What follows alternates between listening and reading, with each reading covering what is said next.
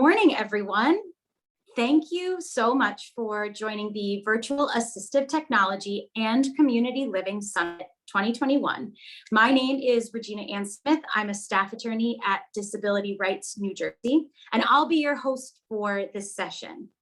We are lucky to be able to have Sharon here to present on integrating reading supports with Edtech.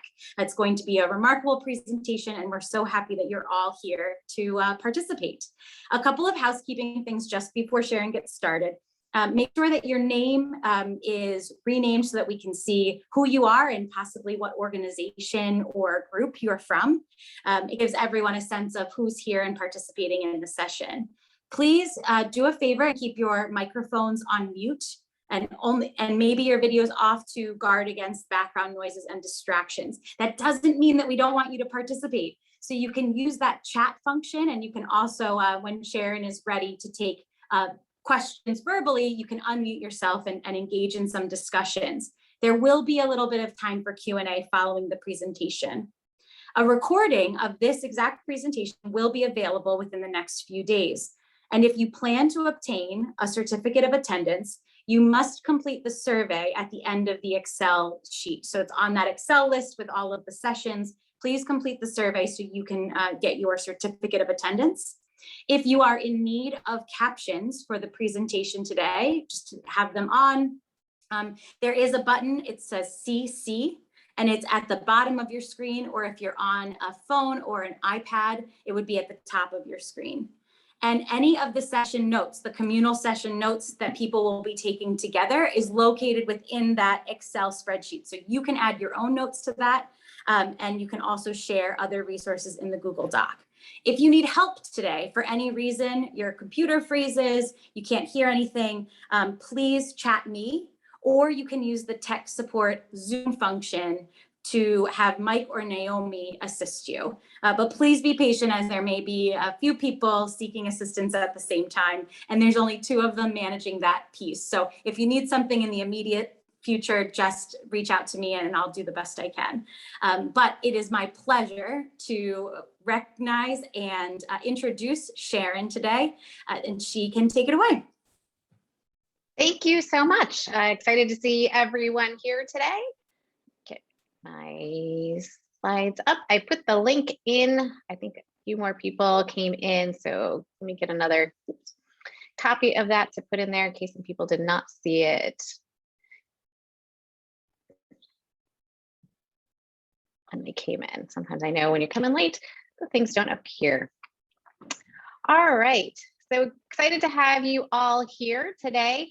This is going to be, I'm sorry to say, fast and furious. It's a lot of information that will be coming across. I will do my best to address it all, but I give you these slides in case I get, like yesterday, I didn't get to some things, but hopefully you can access that, and at any time, feel free to reach out to talk about these options. This is a big area that I am passionate about. I am a classroom educator certified Orton Gillingham teacher. Have had my associate level training, just haven't finished my practicum. But I work at the Southport School here in Connecticut. We are a small independent school for students with language-based learning disabilities. The Southport CoLab is our training branch, collaborating with places like Literacy How and Haskins Laboratory. And always, again, feel free to reach out to me if you have questions about anything I talk about today, or if you have ideas to share, because I know we all do better together. And if you're on Twitter, love to connect with you and meet you there. So this whole idea of structured literacy instruction, that's been a hot topic. It's a great hot topic going on everywhere. That's why I love organizations. There's a lot of organizations now coming out to do more work with it. We have the legislation, we have this demand, and how did we have a scalable model? And this is where my Orton Gillingham fellow and I really collaborated in our school, because she came from a one-to-one environment. We're a small group environment. And even thinking about in public schools that we outreach to, how can we scale this idea of this instruction? And that's where that idea of technology really came into play, that we wanted to share some of the things we've learned and done. And really, why was it? Well, if you look at like these boxes and boxes of flashcards that my colleague had. I had all these resource materials. Trying to manage that in a small group or even larger group environment was just a bit nutty. I did flashcards and I would try to organize them, and invariably they'd drop or get out of order. And it was just crazy. So I was like, I like technology. I know what benefit technology can have to some of our learners, that multi-sensory accessibility. So that's why we brought this into a traditional lesson that would not normally use technology. And we know this idea of the efficacy of structured literacy instruction is so crucial. The topic of the reading wars going on out there, balanced reading versus structured literacy. But this is really crucial, we know, for a lot of our kids, our entire 120 student population. This is key. And just for overview, this is a basic idea of what a structured literacy lesson is. So I'm going to kind of go through each of these areas and talk about different ways we have used technology to incorporate in some of these areas of this lesson. And just if you're thinking about, okay, what is structured literacy? That's an approach. These are the programs that you may be familiar with that we would be talking about. So many people familiar with Wilson, but Spire, Project Read, so many great ones out there, letters. So that's kind of what I'm referring to. Those are programs, many of them created by Orton Gillingham Fellows, but we're using the overarching idea of structured literacy. So I'm going to start at the very beginning when we talk about phonological awareness and what can I use for technology. And task-specific meaning, these are tools really designed to address that specifically. Sound literacy is an iOS app I think is so cool. When I was first trained in Wilson, one of my favorite things was the magnetic boards and the movable letters. And on my next slide, I'm going to talk more about that app. Meyerson OG Deck is also an iOS app. It has the words, it has sounds. I think of my phonics training, good pure sounds. And then I think of the Linda Mood Bell Lips program. They also have a little video of a mouth making the sound. So that can be beneficial, the visual, such kinesthetic learning, or they're hearing, they're seeing, which is great. Lexia Learning, I'll reference a little later as well, something we have used for quite a while. But to kind of go off the beaten path of, okay, let's not just use a specific tool, but how can I use things like Google Slides? Well, we had teachers who took those sound cards that we have that are like each flashcard of a sound, and they made a Google slide deck or a PowerPoint or a keynote, whatever your slide presentation is, so they could easily shuffle them around. They could bring in some other tools like a Pear Deck or a Nearpod to add in tasks. So we use that a lot across the board.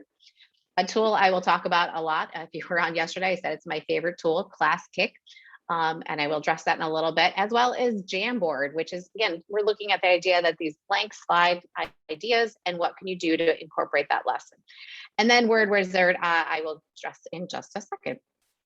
So as I mentioned, sound literacy. This was actually created by a speech language pathologist. So again, if you've seen those magnetic boards that Wilson was great for, this is that same idea. They color code the vowels, they're different than the consonants. You can drag these down. There is no sound to these. So it's not, let's give this to a student and have them work independently. This is a teaching tool. So it'd be more like the teacher's device. I have teachers who have it on their device and they project it. And you can see it really goes from the basics to even those blank blocks that I think when I first started teaching, I used Unifix cubes to represent a sound place, all the way up to like high school level advanced bases, roots, suffixes. And what I love about this too is the letters replicate. So when I used to try to combine my magnetic boards and I needed more than one A, this will do that for you. You can also, as the teacher side, if you kind of customize some things per student or have a workspace on the teacher side, you can have a roster of multiple different students within your own app to switch around from easily. Really neat one to explore. She does have a great Facebook group to talk about various different examples she uses with it. Such a great resource too if you happen to be on Facebook. This is Word Wizard. Word Wizard kind of gives me that same idea of those movable letters, but this would more be in the student's hands. So this is great when we have our younger students, maybe they're practicing with their spelling list. And what is neat about this, there are sounds to the letters. So as they move, like say they were spelling cat, as they move the C, it's k. When they move the A, it's a.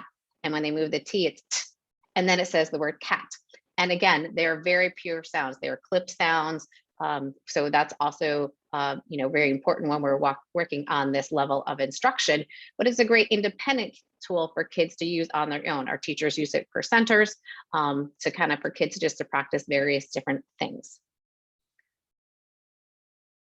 One of the big things that's come across, if you haven't found the craze of puppets, puppets are everywhere. But it's really interesting to see, of course, I love creative reading teachers who have come out with that idea of using the puppets when they're talking about sounding out words and syllables and things like that. They even do make some of these that actually have the letters on them so that you can pop it. We actually bought all our students poppets this year, but they already had so many. But what a great idea. There's such great creative ideas out there. This is one of our teachers found this from a great teacher who is on Instagram sharing reading ideas, and such a neat way to engage kids with something they want to use, but making an educational purpose to it. So I mentioned Lexia. We have been using Lexia from actually the inception of when it was like disk-based and I had to install it in crazy ways. They continue to be, to me, the leader in independent reinforcement tool. This is not a teaching tool. It's meant for reinforcement, but they've revamped it over the last couple of years, the Core 5 being very much more in depth, and the Power Up, which was newer in the last year or so. I love this for really independent practice because it covers so much area for our kids, and it's so customizable on the teacher end. If you haven't heard of it or looking at exploring it, it's definitely one that we highly recommend. I haven't found anything that does it better. So decoding, that's a big part of our reading instruction. And again, I'm going to talk about that ClassKick and Jamboard specifically. Here's another great place using something like slides, Keynote, PowerPoint, and then layering in tools like Nearpod or Pear Deck, particularly if you're designing with Google Slides. You can really build a whole engaging lesson with using those tools. So here's where I kind of combine that idea of Google Slides in Nearpod. I had a teacher, actually it was our Art Gillingham fellow. She loved color coding for the students because that way they knew what words they had to read.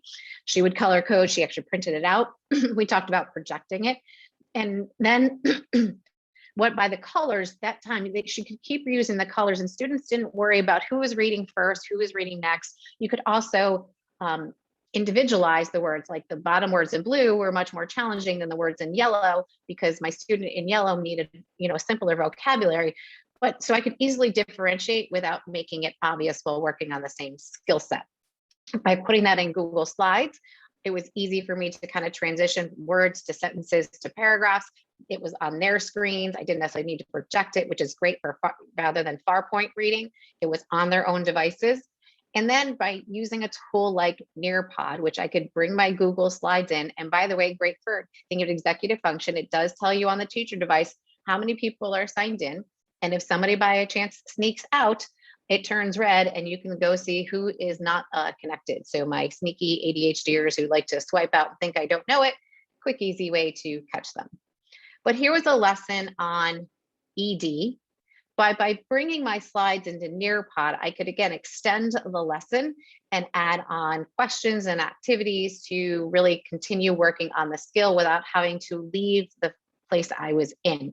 We found this actually particularly key in virtual learning where we, in classroom, sometimes we switch activities and it really will flow a little smoother. In virtual learning, when we were there, that was more confusing for the kids because they didn't have the direct support, switching apps or switching from a paper to technology task.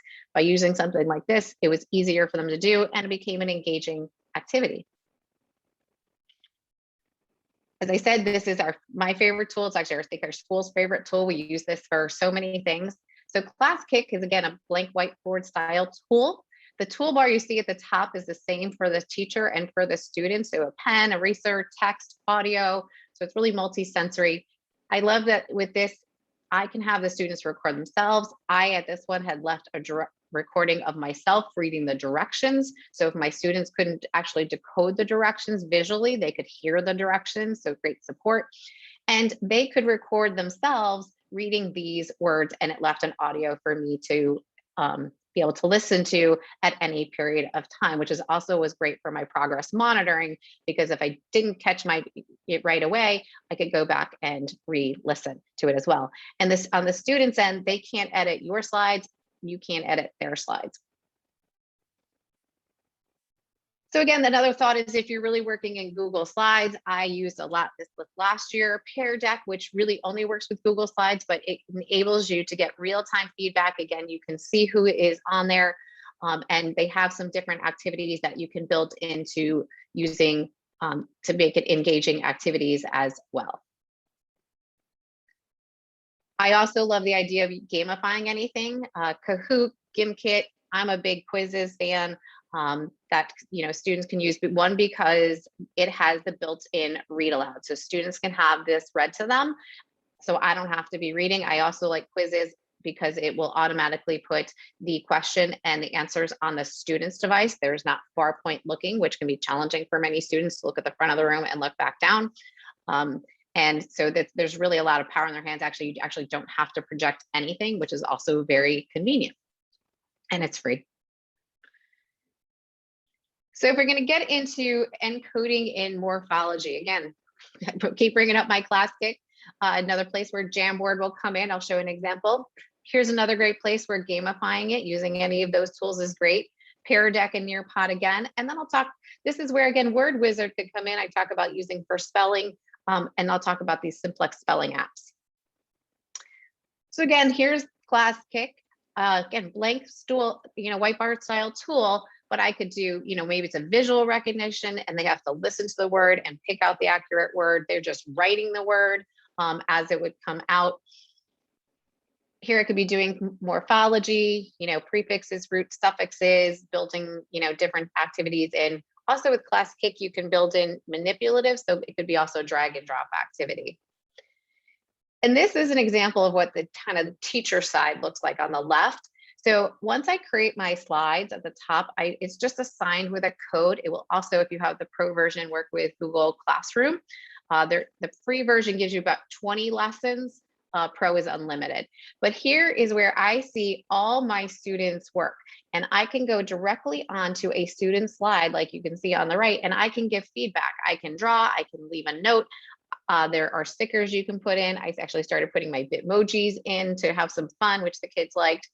So it was a quick, easy way for me to keep track of everybody at once. Unlike when I had Google Slides and I might do this, I had multiple tabs open to me managing them. This is right there for me to go access at any time to see. And you can also keep track of who's on it and who's not, because when they're on it, their screens turn white. And when they're not, they're gray like they are right here.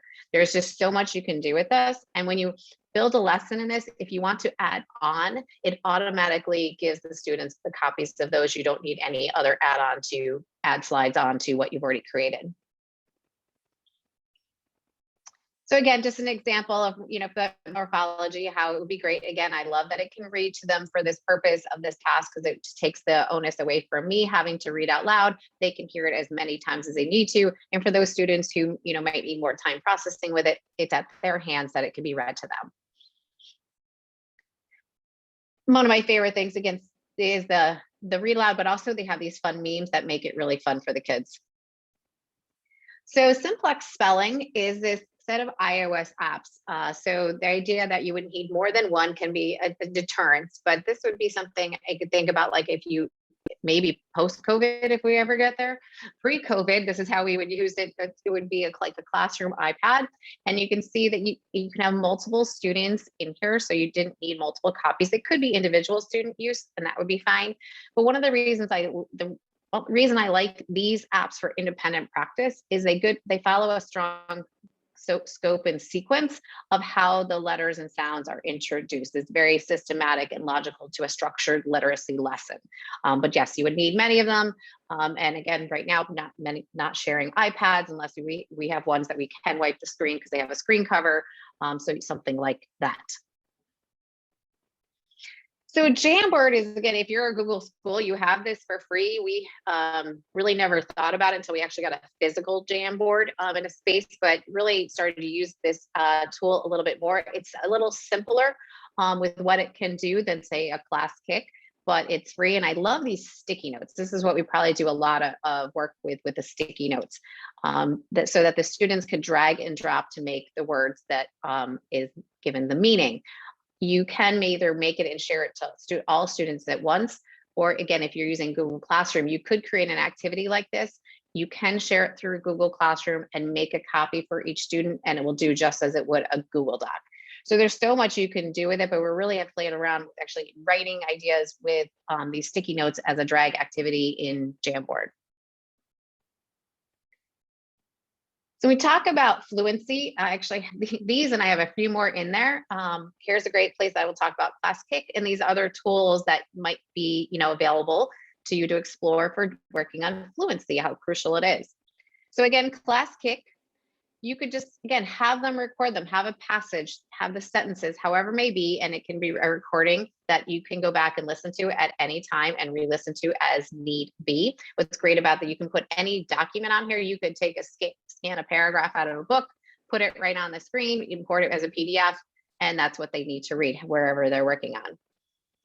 This was a great, simpler activity one of my lower school teachers made. She really incorporated many things in this fluency activity, the reading and the writing that went along with it. So building kind of, I guess we talked about Nearpod and Pear Deck. She really built a multi-sensory activity that actually had about 3 more different activities in here that the students worked through.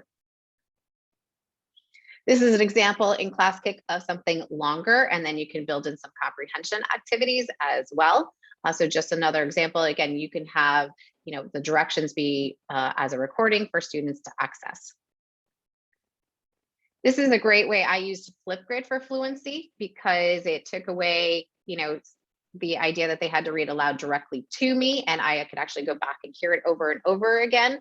And the students would actually record themselves once every week for 3 weeks and go back, and you see the Lego men, they had to rate their recording each week because these were middle schoolers and we wanted them to be very tuned into their fluency.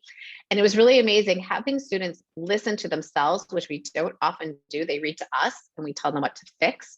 Our students found when they were doing it this way and then actually re-listening to themselves, they were able to make quicker progress in their fluency because they were tuning in for themselves to what they heard as errors.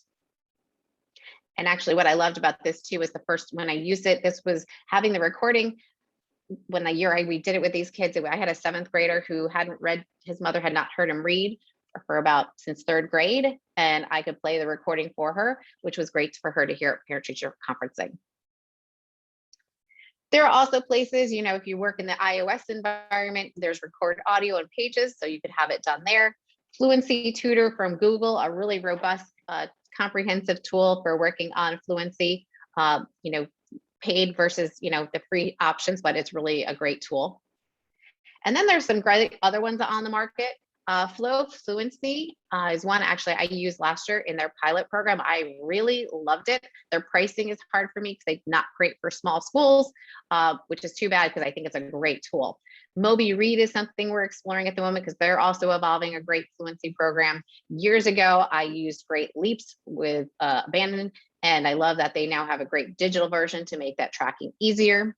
Easy CBM, again, another one. And Microsoft, as Microsoft does, they're coming out with more and more things. They have a great program there's just started that works within Microsoft Teams. So differentiated contextual reading, there's the Newzela, depending on which camp you're in.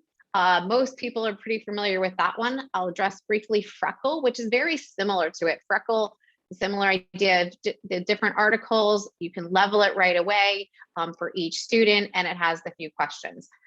Then for older students, looking at something like Tween Tribune, and then there's the oldie but goodie Rewordify.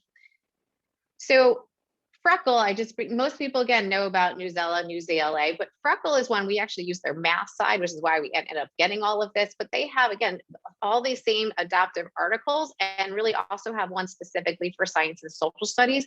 They do have a free side of things, so it might be one to explore if you're looking for something new, and then see if it's something that would work for you. I leave this here. Rewordified is an oldie but goodie. I'm not going to play the video. I leave this here for you when you want to watch the slides later. It's not a scientific specific way to rewordify things and change, level things, but is definitely something that can be explored. They have a lot of resources already built in and explore the settings on that. And it's one that I always kind of come back to, and I'm like, I need to use this more because it's free and it's really neat that you can bring in text from anywhere and simplify it. Don't forget about our biggies, the Learning Ally, a great resource for accessibility of books with a human voice that many students love. It is subscription based, either schools can do or families can do. I always mention Bookshare. Some people are not as familiar with this one. It's free, which is one of the things that's great about it. It is digitized voice, which may or may not work for some students. It does work in a browser. And if you're on an iOS device, you need a third-party app. But again, the fact that it's free is really a great resource for a lot of people. Don't forget Microsoft, again, their amazing plethora of accessibility learning tools that cover many, many different tools. And again, you can check this out, but it's really amazing how much they have built that into so many factors to support differentiated reading. When you're in the iOS, we are big on using auditory components. So we love that speak screen. It's built into the accessibility of the iOS device, which is actually one of the reasons we are mainly an iPad school versus a Chromebook, because it's already built in for free. Well, or for the cost of an iPad versus if you're in the Chrome environment, that Read and Write for Gold, which is a great tool, free for teachers, but one that if, definitely to explore in that environment. Probably maybe lesser known, Snap and Read is kind of competitor from Don Johnston. One of the features I love about this is their note-taking feature that works right in a browser as it's working all the other tools. Definitely a really kind of key feature that makes it a little different in how it's used. So a quick thing is when we're thinking about any of those tools is, I always go back to thinking about Learning Ally versus Bookshare. How do we know which tools to use as we're thinking about all of them? I have parents who are like, oh, my kid only likes human voice. And I'm like, well, you know what? They kind of do okay with digitized voice or vice versa. So I recommend, my Don Johnson PAR thing went off the screen. So this is the UCAR. Which is the protocols for accommodations in reading. The PAR over here is actually the paper-based free version. There's a link right there to go to Don Johnston's website to get that. The two creators of the PAR, it's really great research behind it. But this digitized version makes it so much simpler for application because the PAR you have to do one-on-one and have to find the articles. The UPAR has it all built in. The students are assigned a passage at whatever level you determined. This was a 7th grader. And you can see when he silently read, his comprehension was not very strong. And when he went through and we saw with human audio and even slightly with the text reader, we saw that we could really access his comprehension skills. So that was a really great conversation to have with his teachers, with him, with his parents. We took this information as we go further when he left our school that he really needed to have accessible text because we know that's how we accessed his comprehension skills. So it's a great tool to explore. There's always those OCR tools. It's amazing how far they have come. I think my current favorite is the Voice Dream Scanner. I do love Voice Dream Reader. But Seeing AI is great because it is free, although it has many more things in it because it is really designed for the blind. So if you have like some of my ADHD kids, I would never give that because it will get lost in all the other fun. And then you have the pens that are out there that do a great job. There's just a cost factor there that you have to consider as well. But, finding one, there's a variety of out there that I've worked through the years, can be great for our kids. Right now, again, I have a lot of kids using the Voice Dream Scanner because we use Voice Dream Reader. But there's always those larger ones. Snapverter is one of my favorite for the larger ones because it works with Google. And like when I have students when I'm tutoring, we create a Snapverter account. I have them share it to me so I can actually drop documents in there for them myself. And then it gets automatically to them. Speechify, another great one that keeps growing and growing by its developer. When I think about, again, further comprehension, we have these great tools out there. I'm going to mainly reference Actively Learn because that's where I'm more knee deep in. Insert Learning is another really great one if you're in the Chrome environment. It only works in Chrome. It actually, I love it because I wish I were in it. It works in websites as well. But the idea is, and Common Lit as well, you can embed questions within text. And that can be so key for our kids who struggle with working memory that they cannot read, 3 pages of a document or 10 pages of a novel and remember enough information to answer questions. with these tools, you can simply insert as it makes sense to do. Common Lit already has it built in. You can't change them, but they do a really great job with how they work. They have guided questions that really get kids to think along the way, and then have questions at the end. Actively Learn and Insert Learning, you have a bit more controls in that.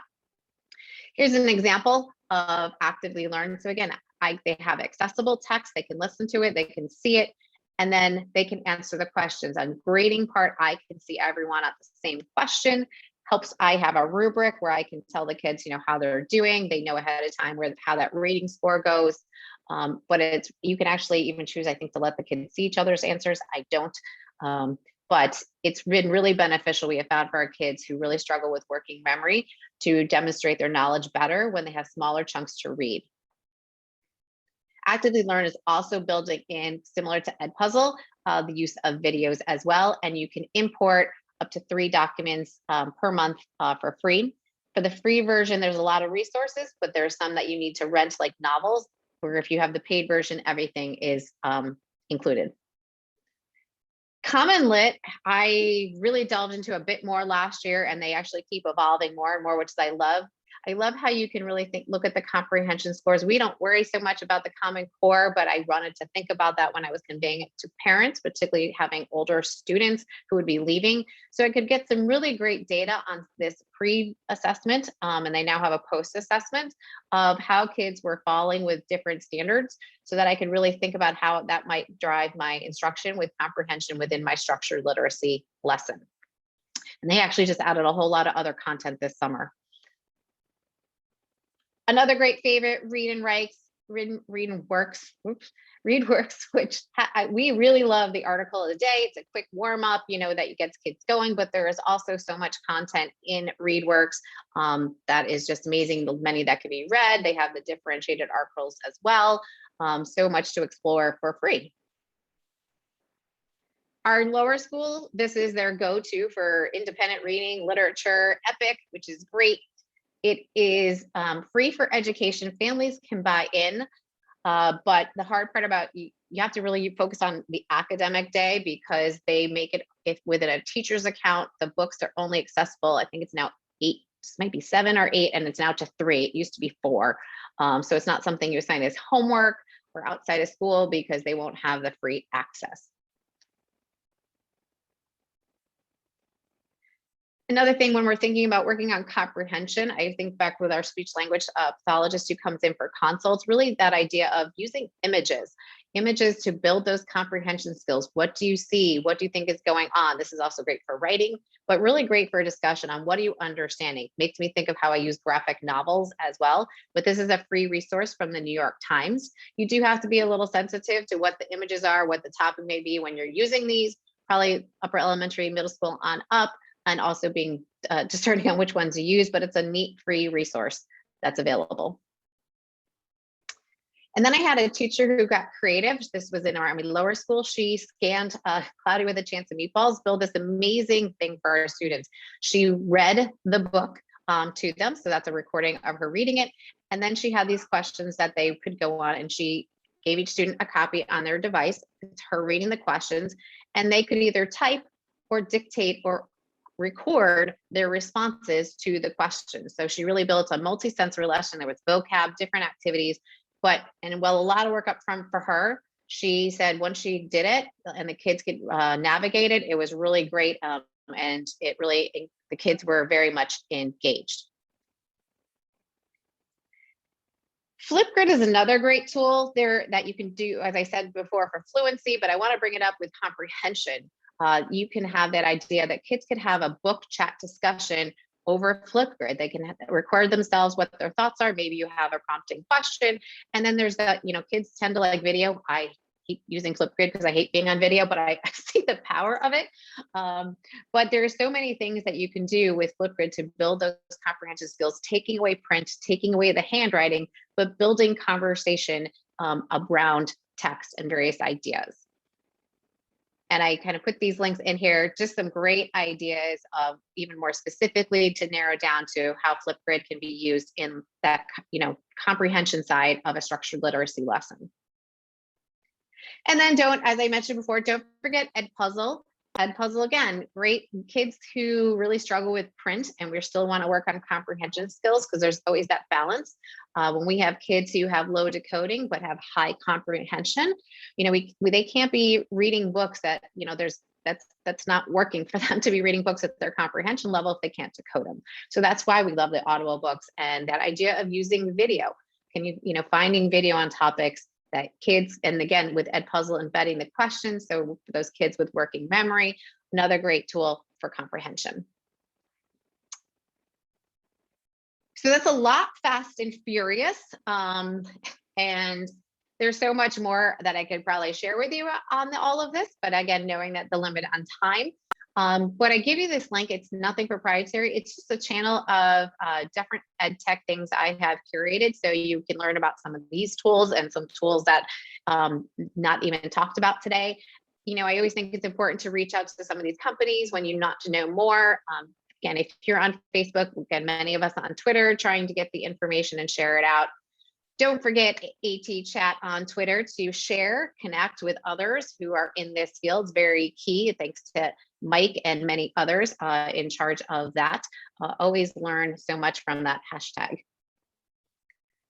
And I want to give some time if people have questions, other things to share. Happy to take those.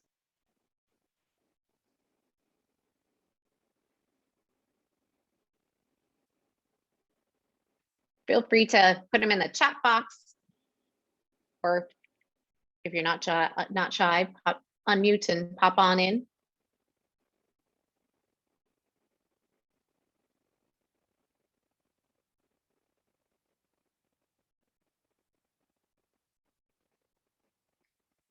So I've answered all your structured literacy questions apparently. So, for the few minutes without questions, again, I'll think about some of the content I took out for today. And I think I briefly mentioned, I love the idea of using graphic novels with these kids as well, taking away print. There's so much you can do. And if you layer in like comic making tools for kids to demonstrate their knowledge, there's a lot of different tools out there where kids can make their online comics, storyboard, that pretty common, but so many others. If you are curious in that information, I can send you that directly. Again, you can shoot me an email, connect with me on Twitter, and happy to share those resources. So Sharon, for people who are taking all these resources back to their schools or communities, things like that, we have a great community of people who are tech savvy. And I think those are the people who are here probably today, who are like enthusiastic about using technology at their disposal to really engage students. So where would you direct them to start so they don't overwhelm maybe a provider or a teacher who is nervous and scared to like engage in some of these tools? Which one is most user friendly? Class kick.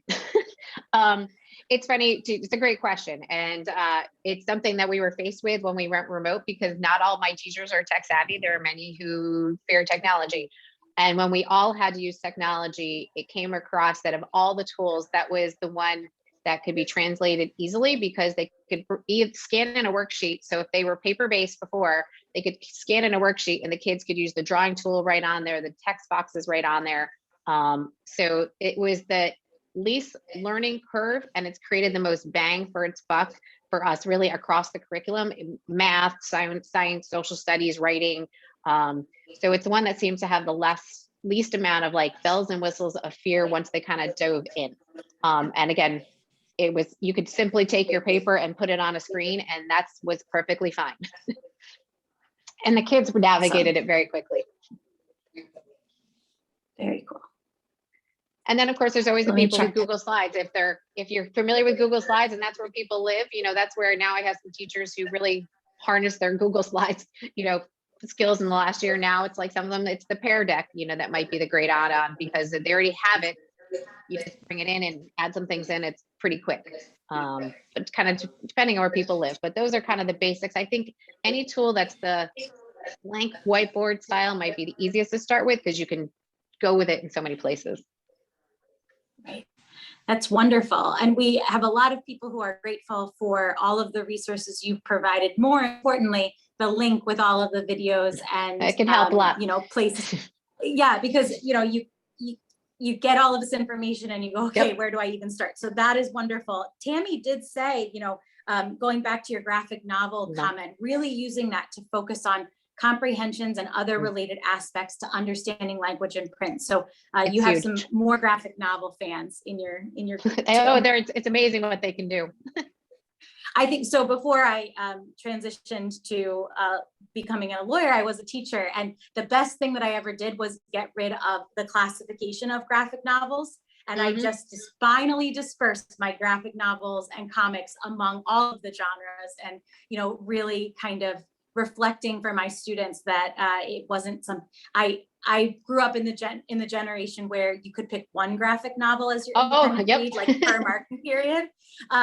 So getting rid of that was ideal for most of my students. So I'm glad to see graphic novels are still making their mark. Yeah, luckily it seems to be a lot more, and it's great because there's so many kids who you don't even realize the things they can learn from a graphic novel, of the little nuances, onomatopoeias. You tell what an onomatopoeia is, unless they're reading comic books, which I'm not sure how many are. Now they can learn really what those things mean, and make reference to particularly visual social skills, where kids might not, reading cues on faces and those things. It's been an interesting journey to use it with a variety of kids. Do you have any final remarks for our group? Any takeaways? No, again, I know it's a lot fast and furious. Take your time and be patient with it all, and don't stick technology where you don't need it. It was definitely a lesson we have learned. There's times I still do things paper-based, but we have found with small group instruction, sometimes the technology has really helped our teachers have a more effective lesson. We were doing it when we were in person before the pandemic. It was really key for us to get up and running within 2 weeks to provide full instruction for our students, because it was already in place. So it's really kind of been, it was a lesson learned of some greater importance of where it can become important. Wonderful. Well, thank you on behalf of the Assistive Technology program and our Community Summit. We are so happy to have you here, and thank you very much for this wealth of resources. Thank you. Everyone have a great day.